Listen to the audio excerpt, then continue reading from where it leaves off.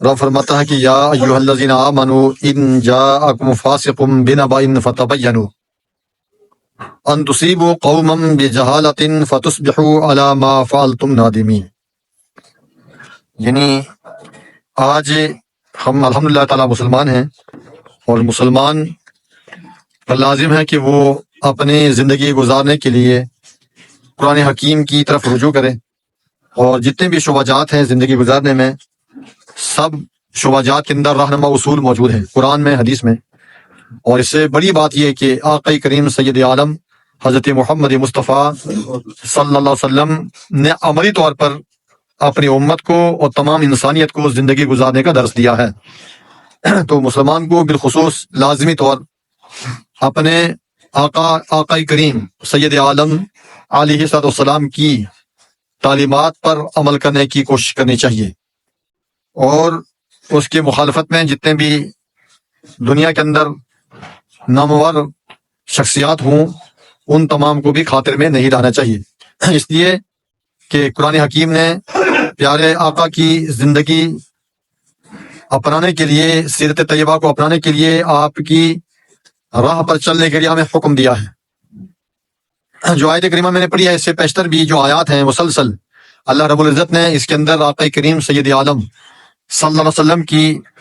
جو عظمت ہے وہ بیان کی ہے، اور تمام لوگوں کو بالخصوص مسلمانوں کو جو ایک تعلق ہے امت نبی کے ساتھ میں اس کو بیان کیا ہے۔ ایک موقع پر آقا کریم سید عالم صلی اللہ علیہ وسلم نے حضرت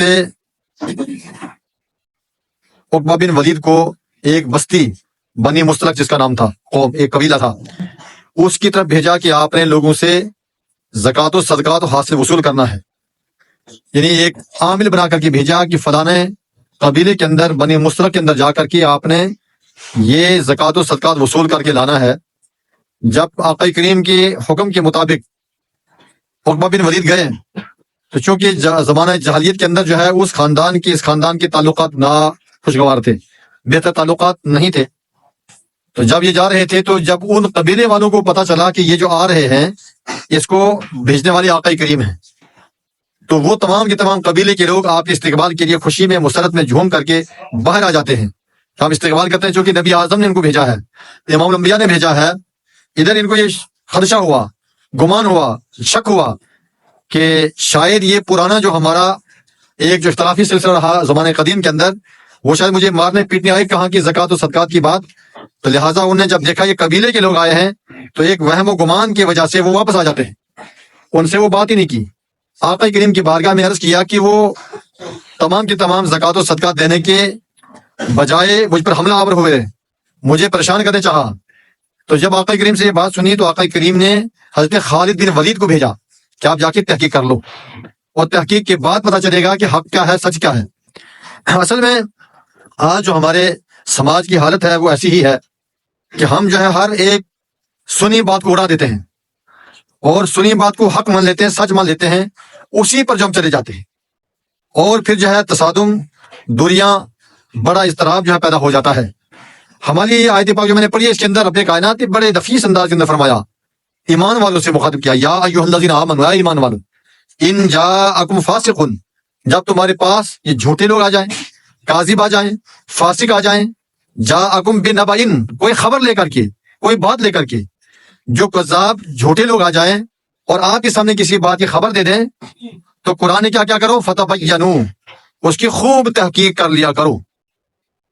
کیوں تحقیق کرو؟ کہ ان تصیبوا قوما بجہالۃ فتصبحوا علی ما فعلتم نادمین، کہ کہیں ایسا نہ ہو کہ انجانے میں بجہالۃ، یعنی علم نہیں ہے، معلومات نہیں ہے، تحقیق نہیں ہے، اگر بغیر تحقیقات کے آپ نے اس کی بات کو سچ مان لیا کہ یہ ٹھیک کہہ رہا ہے، یہ سچ کہہ رہا ہے، اسی کے ساتھ چلنا چاہیے، تو اس کا نقصان قرآن نے بتایا۔ پیارے آقا کے اوپر جو رب نے کتاب نازل کی اس کے اندر آج بھی موجود ہے، مسلمان کو رجوع کرنا، پڑھنا ادھرانا ہے۔ کیا کرو؟ فتبینوا، تحقیق کر لو۔ کیوں؟ اس لیے کہ ان تصیبوا قوما، کہیں انجانے میں، بجہالۃ، انجانے میں، جہالت میں، لا علمی میں تم کسی قوم کو ایذا نہ پہنچا دو، تکلیف میں نہ ڈال دو، پریشانی میں نہ ڈال دو۔ یہ مفہوم ہے آیت پاک کا۔ ایسا تو نہیں ہے کہ انجانے میں آپ نے تحقیق کی نہیں اور ان تمام باتوں کو سچ مان کر کے اسی کے ساتھ ہو لیے، تو نقصان قرآن نے بتایا، رب نے بتایا۔ نقصان کیا ہوگا کہ اسے کسی قوم کو ایذا پہنچ جائے گی، تم ایذا پہنچا دو گے، فعلتم فتصبحوا علی ما فعلتم نادمین، اور تمہاں کیا ہوگا کہ اس کے بعد تمہیں اس کی ندامت ہوگی، شرمندگی ہوگی، تم اس کے بعد تم پریشان ہو جاؤ گے، لہذا اس سے پہلے ہی یہ کر لو کہ اس کی تحقیق کر لو۔ آج جو ہے افراتفری کا ماحول ہے کہ پیارے آقا فرماتے ہیں کہ انسان جب سچ بولتا ہے، سچ بولتا رہتا ہے، یہاں تک کہ سچ بولنا اس کو سچائی بھلائی کی طرف لے آتا ہے، وہ بھلائی جنت میں لے جاتی ہے، اس کو صدیق لکھ دیا جاتا ہے۔ سچ، وہ جو جھوٹا ہوتا ہے، جھوٹ بولنے والا، جھوٹ بولتا رہتا ہے، جھوٹ بولتا رہتا ہے، جھوٹ اس کو برائی کی طرف بلاتا ہے، اور برائی اس کو جہنم میں لے جاتی ہے، اور اس کو کذاب لکھ دیا جاتا ہے۔ یعنی کذاب و کاذب، اور اس تمام راستے سے بچنا ہے اور سچائی کے ساتھ چلنا ہے، سچوں کے ساتھ چلنا ہے۔ اور جب ایسا ماحول پیدا ہو جائے کہ آپ کے سامنے، ہمارے سامنے مختلف قسم کی باتیں آ جائیں، تو ہم نے کسی کی نہیں مانی ہے، قرآن کی مانی۔ کس کی مانی ہے؟ قرآن کی۔ قرآن نے کہا کیا کہ ان جاءکم بنبأ فتبینوا، جب وہ آئے تمہارے پاس جھوٹا، کاذب، شرارتی، شر پھیلانے والا آ جائے، تو تم کیا کرو، اس کی تحقیق خوب کر لیا کرو، اور تحقیق کرنی ہے، ورنہ پھر جھوٹ اور سچ کیسے، رات اور دن کو پہچاننا ہے، حلال و حرام کو پہچاننا ہے، اچھے برے کو پہچاننا ہے، ایسے سچے اور جھوٹے کو بھی پہچاننا ہے۔ یہ ہماری ذمہ داری ہے۔ ہم سب کو جو ہے بہتر سماج کیسے ہم بنائیں، بہتر قبیلہ کیسے، خاندان کیسے بنائیں، تو اس لیے جو ہے ہم وضو کیوں کرتے ہیں، کپڑے کیوں دھوتے ہیں، تاکہ میل دور ہو جائے، ہم صاف ستھرے ہو جائیں۔ حافظ عبد المجید مدنی کے بیانات سننے کے لیے ان کے آفیشیل چینل المدنی کو ضرور سبسکرائب کریں۔